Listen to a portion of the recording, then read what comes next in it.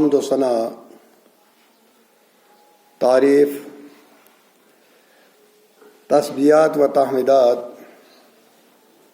مالک کل، خالق کائنات وحدہ لا شریک رب کے لیے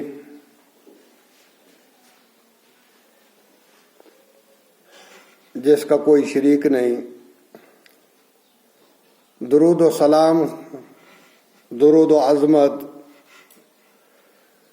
درود و رحمت ہوں کائنات کے امام اعظم حضرت محمد رسول اللہ صلی اللہ علیہ وسلم کی ذات اقدس پر، جنہیں اللہ رب العالمین نے رحمت بنا کر بھیجا، اور قرآن کے اندر اعلان فرمایا وما ارسلناک الا رحمتا للعالمین۔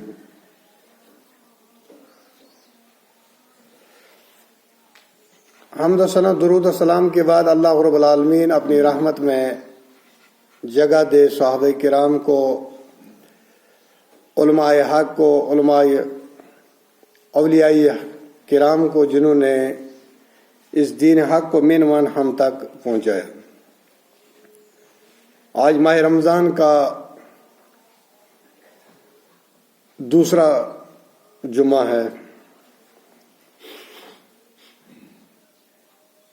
اور اس ماہ رمضان میں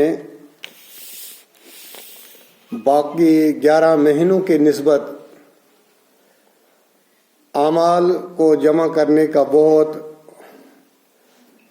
موقع ہوتے ہیں اس ماہ رمضان میں۔ تو اس میں روزہ رکھنے کے ساتھ ساتھ نماز کا پابند، وقت پر نماز پڑھنا، سچ بولنا، غیبت سے بچنا، یہ ایک ٹریننگ پیریڈ ہے۔ باقی 11 مہینوں کے لیے تیاری کرنی ہے کہ باقی 11 مہینوں کے لیے جب میں اس مہینے کے اندر ان خرافات سے بچ سکتا ہوں، کوشش کروں گا، اور اللہ سے اس میں ثابت قدمی کے لیے دعا کرنی کہ اللہ مجھے شیطان سے محفوظ رکھ، اپنی پناہ میں رکھ۔ تو اس میں ہم نے اس کی فرضیت کا پچھلی بار پڑھا تھا کہ روزے فرض ہونے سے پہلے، ہم پر فرض ہونے سے پہلے یہ پچھلی امتوں میں بھی فرض ہوئے تھے۔ ایک بات۔ دوسری بات یہ ہے کہ نبی کریم صلی اللہ علیہ وسلم جب سے رمضان فرض ہوا، اس سے پہلے، ماہ رمضان سے پہلے یوم عاشورہ کا روزہ رکھتے تھے، یعنی 10 محرم الحرام۔ کچھ لوگوں نے تو یہ بنا لیا ہے کہ شاید 10 محرم الحرام اسی وجہ سے عظیم دن ہے کہ اس دن حضرت حسین رضی اللہ تعالیٰ عنہ کربلا کے اندر شہید ہوئے، بلکہ ایسا نہیں۔ محرم کی عظمت پہلے سے ہے، یہ میں نے آپ کو پہلے بھی ایک بار شاید غالباً بتایا ہے۔ تو اس ماہ رمضان کے اندر روزہ رکھنے سے پہلے، جب یہ فرض ہوئے روزے، رمضان کے روزے، اس سے پہلے محمد رسول اللہ صلی اللہ علیہ وسلم عاشورہ کے روزے رکھتے تھے، ایک دن۔ لیکن جب ماہ رمضان کے روزے فرض ہو گئے تو وہ نفلی رہ گئے۔ نبی کریم صلی اللہ علیہ وسلم ان میں اختیار دے دیا، جو رکھے گا تو ثواب ملے گا، نہیں رکھے گا تو کوئی پرواہ نہیں ہے اس کے لیے۔ لیکن ایک حکم دے دیا، اگر آپ رکھنا چاہو یوم عاشورہ کا روزہ تو پھر 9 اور 10 کا رکھو، 2 ملاؤ، کیونکہ یہود کی مخالفت کرو۔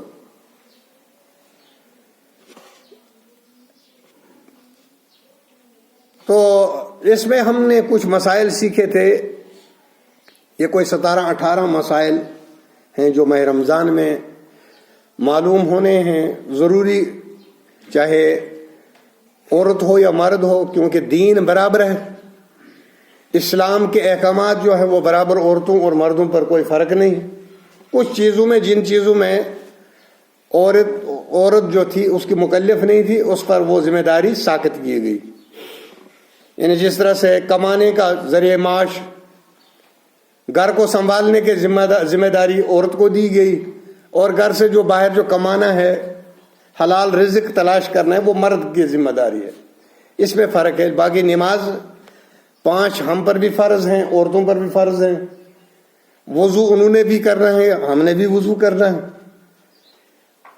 تو اس میں یہ ہے کہ کچھ مخصوص دن جو ہیں ان میں روزے ان کو نہیں رکھنے اور نمازیں نہیں پڑھنی ہیں۔ نمازیں تو معاف ہیں ان دنوں، پیریڈس کے دنوں میں، لیکن روزے جو ہیں وہ ان کی قضا کرنی ہے، بعد میں دوسرے کسی اور مہینے میں قضا کرنی۔ اب جو یہ روزہ جو ہے بزرگ کے لیے، جو بزرگ ہے اس کے لیے کیا حکم؟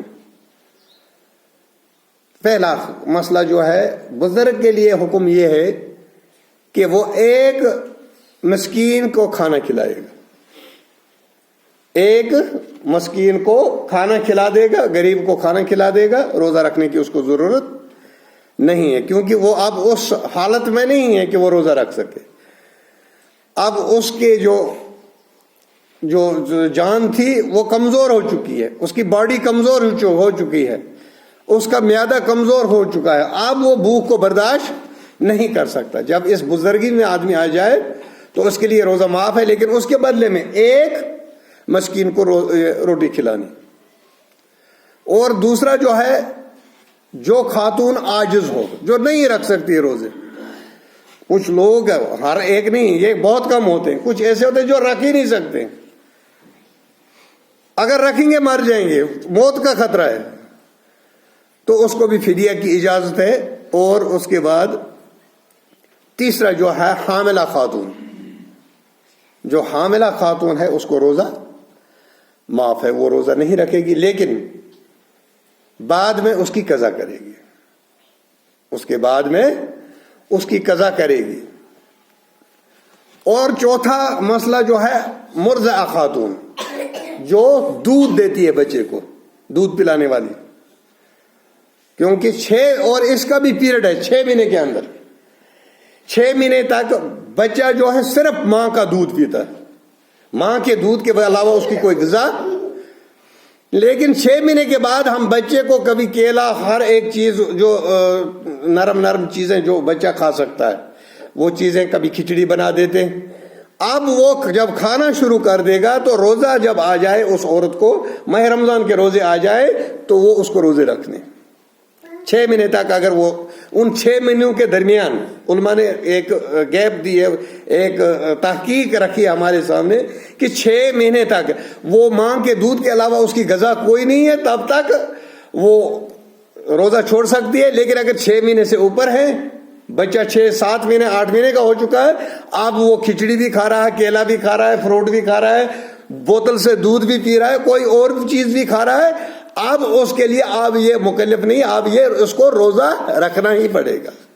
اور اگر نہیں رکھے گی، اگر ایک آدمی ایک ہو گیا کہ دودھ دینے والی، اب اس کو روزہ چھوڑ دیا، یا کوئی بیمار ہے اس نے روزہ چھوڑ دیا، اس کو ایک کے بدلے ایک ہی رکھنا پڑے گا۔ لیکن اگر کوئی جان بوجھ کر روزہ چھوڑ دے، اگر کسی آدمی نے جان بوجھ کر روزہ چھوڑ دیا تو اس کو 3 آپشن ہیں، 3 چیزوں میں سے ایک چیز کرنی پڑے گی۔ پہلی چیز، پے در پہ لگاتار بغیر کسی ناغے کے 2 مہینے کے روزے رکھنے، ایک دن کے بدلے۔ جو جان بوجھ کر عذر کے بغیر جو جان بوجھ کر روزہ چھوڑتا ہے، ایک روزہ چھوڑنے کے بدلے اس کو پے در پہ 60 روزے رکھنے۔ اب یہ روزے رکھ رہا ہے 49 50 51 52 55 ہو گئے، ایک ٹوٹ گیا، پھر ایک سے شروع کرے گا۔ یہ سزا ہے، پینلٹی ہے اس کو۔ اتنی اہمیت ہے اس روزے کی۔ 59 روزے رکھ لیے، 60واں توڑ دیا، پھر ایک سے شروع کرے گا۔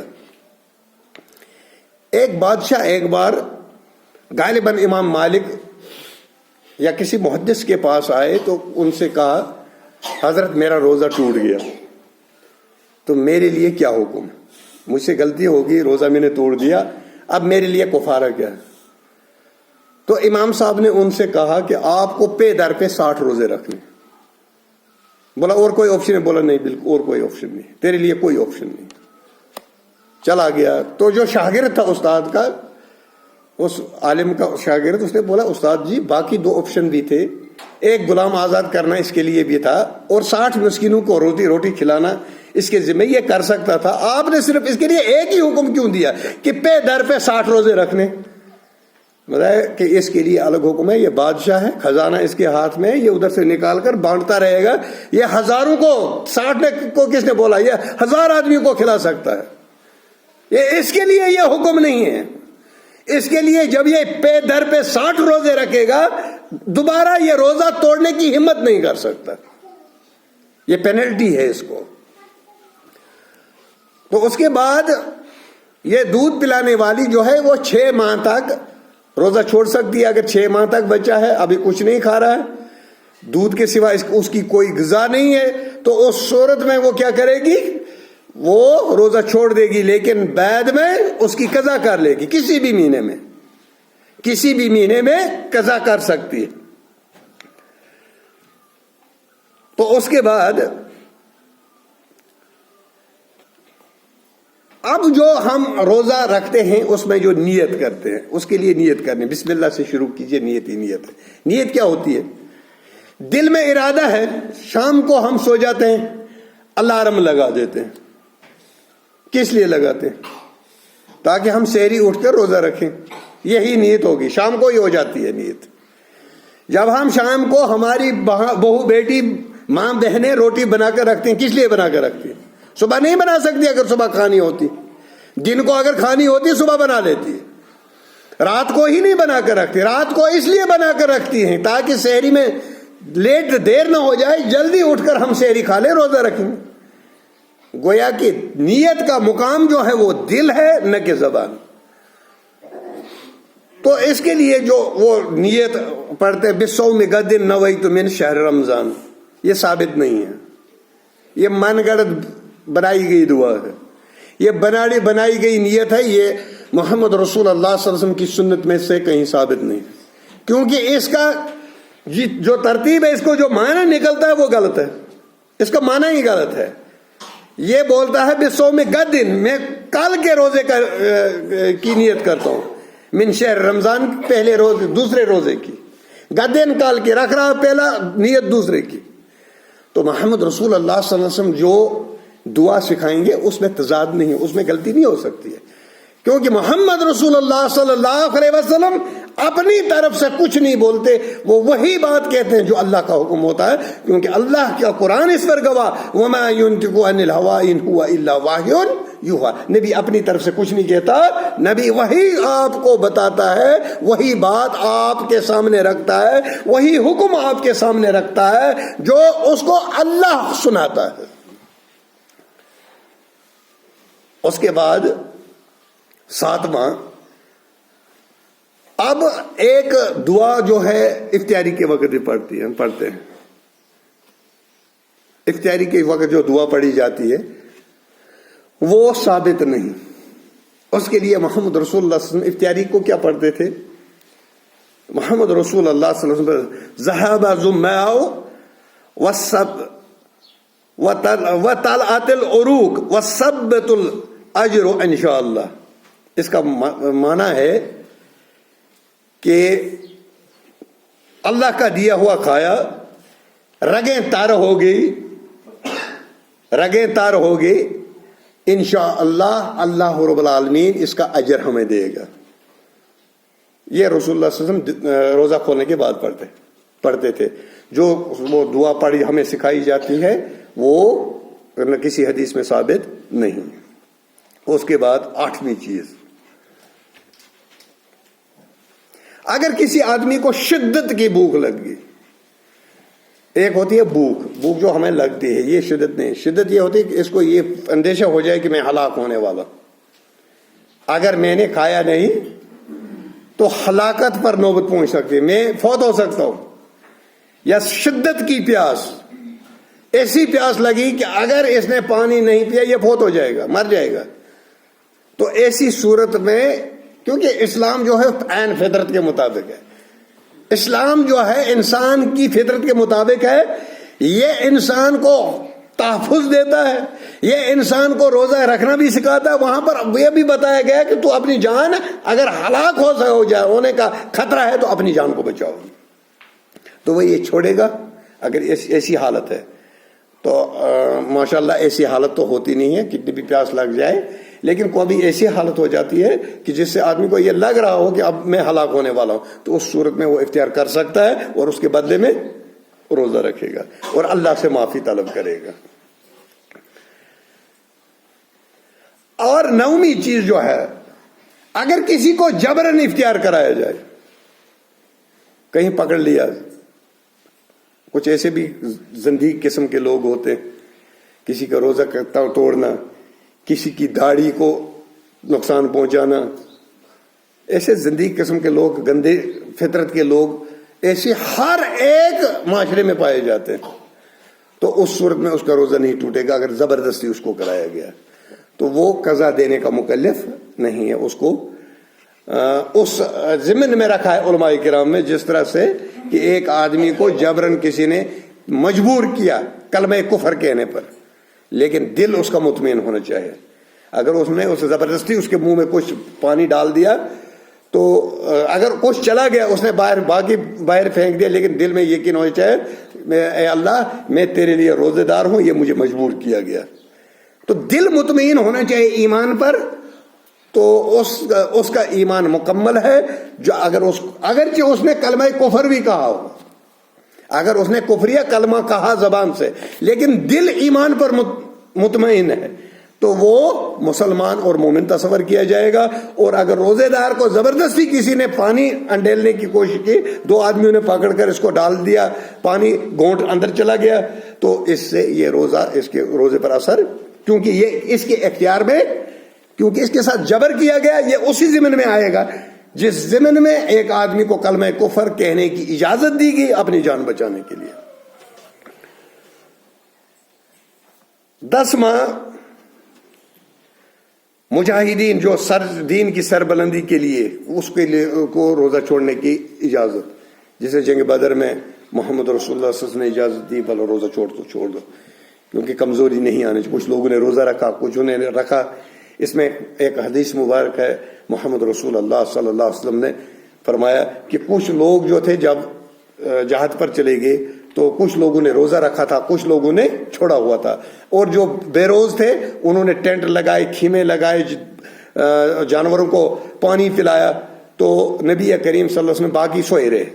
وہ گئے سیدھے ہی سائے میں گر گئے تو پڑ گئے، ادھر سوئے رہے جب تک روزہ کھلنے کا ٹائم آیا.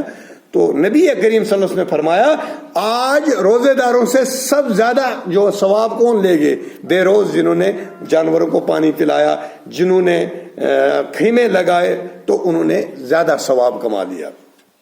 تو محمد رسول اللہ صلی اللہ علیہ وسلم کی حیات طیبہ کے اندر ایک بار مسجد نبوی میں ایک مرد آیا، یا رسول سے میں ہلاک ہو گیا، اے اللہ کے رسول میں ہلاک ہو گیا. تو رسول اللہ صلی اللہ علیہ وسلم نے پوچھا اے میرے صحابی کیا بات ہو، کیوں ایسے کیوں بول رہے ہو؟ فرمایا کہ میں گھر میں تھا اور میری بیوی بھی گھر میں تھی، تو ہم ایک دوسرے کے نزدیک چلے گئے، میرا روزہ چلا گیا. تو نبی کریم صلی اللہ علیہ وسلم نے فرمایا اچھا ایک بات، آپ کو 60 روزے رکھنے کی طاقت ہے؟ آپ کو 60 روزے رکھ سکتے ہو؟ یا رسول اللہ میں کمزور آدمی، میں کہاں رکھ سکتا ہوں. بولا اچھا پھر 60 مسکینوں کو کھلا سکتے ہو؟ فرمایا یا رسول اللہ صلی اللہ علیہ وسلم میں اس مدینے کی بستی میں سب سے غریب آدمی ہوں میں. بولا اچھا پھر ایک غلام کو آزاد کر سکتے ہو؟ یا رسول اللہ صلی اللہ علیہ وسلم میں اتنا غریب ہوں تو غلام کو کہاں آزاد کروں گا.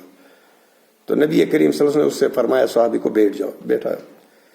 کچھ دیر ہوئی تو دروازے سے ایک آدمی کھجور کا ایک ٹوکرا لے کر آیا، کھجور کا بہت بڑا ٹوکرا ایک لے کر آیا. تو نبی کریم صلی اللہ علیہ وسلم کے سامنے رکھ دیا. تو نبی کریم صلی اللہ علیہ وسلم نے آواز لگائی کہاں گیا وہ صاحب، سوال کرنے والا، وہ ساحل کہاں چلا گیا؟ تو اس نے بولا یا رسول اللہ میں حاضر ہوں. بولا یہ لو کھجور کا ٹوکرا، جاؤ غریبوں اور مسکینوں کو کھلا دو. تو نبی کریم صلی اللہ علیہ وسلم کی طرف دیکھ کر یا رسول اللہ صلی اللہ علیہ وسلم اس مدینے کی 4 دیواری کے اندر جتنے بھی یہ بستی ہے، اس بستی کے اندر مجھ سے زیادہ غریب اور مسکین کوئی نہیں. تو نبی کریم صلی اللہ علیہ وسلم مسکرائے کہ حضور صلی اللہ علیہ وسلم کے پچھلے دانت دکھائی دیے. ہنستے نہیں تھے. محمد رسول اللہ صلی اللہ علیہ وسلم ہنستے نہیں تھے، مسکراتے تھے. ہنسنے اور مسکرانے میں فرق ہے. مسکرانے سے آدمی کی صحت بھی اچھی رہتی ہے اور ایمان بھی بچ جاتا ہے، اور ہنسنے سے انسان کا دل کمزور ہو جاتا ہے، ایمان میں کمزوری آ جاتی ہے، اللہ کی یاد سے غافل ہو جاتا ہے. زیادہ ہنسنے والے وہ اللہ کی یاد سے غافل ہو جاتے ہیں، اللہ سے دور ہو جاتے ہیں، اللہ کے ذکر سے دور ہو جاتے ہیں. تو نبی کریم صلی اللہ علیہ وسلم نے تبسم فرمایا صحابی اچھا لے جا گھر میں ہی کھا لو. یعنی کہ یہاں سے ہمیں یہ معلوم ہوا کہ اگر ایسی حالت ہو جائے، یا ایک آدمی کوئی ایسا ہے اس نے وہ باہر سے آیا ایک دم پانی پی لیا، پیٹ بھر کر پانی پینے کے بعد اس کو پتہ چلا کہ یار میں تو روزے سے تھا، آج تو روزہ تھا، تو وہ اپنا روزہ برابر کر لے. نبی کریم صلی اللہ علیہ وسلم نے فرمایا اس کو اللہ نے کھلایا، اللہ نے پلایا، کیونکہ اس کو یاد ہی نہیں آ رہا یہ اللہ کی طرف سے، یہ اس کے اختیار میں نہیں تھا. تو اگر اس نے پانی پی لیا اس کا روزہ نہیں گیا، یہ پورا اپنا روزہ پورا کرے. یا اسی طرح سے 2 میاں بیوی قرب حاصل کر لیا لیکن بعد میں یاد پڑا یار ہم تو روزے سے تھے، ایسی حالت میں بھی روزہ نہیں ٹوٹتا. لیکن اتنا بھی آدمی بیوقوف نہیں ہے کہ بھول جائے گا، نہیں، پانی پیتے پیتے جب پہلی ہی گھونٹ پیے گا دوسرے میں پتہ اس کو یاد آ جائے گا یار میں تو روزے سے ہوں. تو الحمدللہ مجھے یہ پہلے 4-5 دنوں میں ہوتا، اس کے بعد نہیں ہوتا. پہلے 1 2 3 دن تک، 4 دن تک جب عادت بن جاتی ہے. پھر جب آپ دیکھو شوال کا چاند جب دیکھتے ہو، عید کے دن آدمی اگر کوئی چیز پیتا ہے لگتا ہے یار میں شاید بے روز ہو رہا ہوں، یار میرا روزہ. یہ آدمی کو یہ ایک تاثیر، ایک اثر جیسا رہتا ہے. یہ بہت سارے دن اللہ تعالیٰ ایک یہ اثر انسان کو، یہ نمازوں میں بھی یہ اثر رہے. 5-6 دن تک کچھ جو نمازی لوگ ہوتے ہیں وہ اپنے وقت پر 5-6 دن، پھر آہستہ آہستہ ڈیلے ہو جاتے ہیں. تو کچھ لوگ چلے ہی جاتے ہیں 11 مہینے کے لیے، کچھ چلتے رہتے ہیں، آہستہ آہستہ چلتے رہتے ہیں، ان کی تعداد بہت کم ہوتی ہے. لیکن جو آ جاتے ہیں نا اس مہینے میں یہ عید کی نماز کے بعد آہستہ نماز سے دور ہونا ہوتے آخر کار اللہ رب العالمین ان کو مسجدوں کے قریب، مسجدوں میں ہمارا ایمان تازہ ہو جاتا ہے، مسجدوں میں ہماری دنیا بنتی ہے، مسجدوں میں ہماری آخرت بنتی ہے. ان مسجدوں کو جب ہم آباد رکھیں گے، ہمارے محلے آباد رہیں گے، ہمارے وطن آباد رہیں گے، ہمارے ملک آباد رہیں گے جب ہم اپنی مسجدوں کو آباد رکھیں گے. اگر مسجد ویران ہوئی، اللہ نہ کرے، اللہ معاف کرے، اب مسجد ویران ہوئی، مسجد ویران یہ نہیں ہے آباد ہونا، اچھی قالین بچھا دو، اچھی اس کی پینٹنگ کرا دو، اچھے اس کا کے شیشے لگا دو، اے سی لگا دو، یہ آباد نہیں ہے. یہ بھی ہونا چاہیے، یہ بھی ضروری ہے. لیکن آباد ہونا یہ ہے کہ مسجد نمازیوں سے آباد رہے.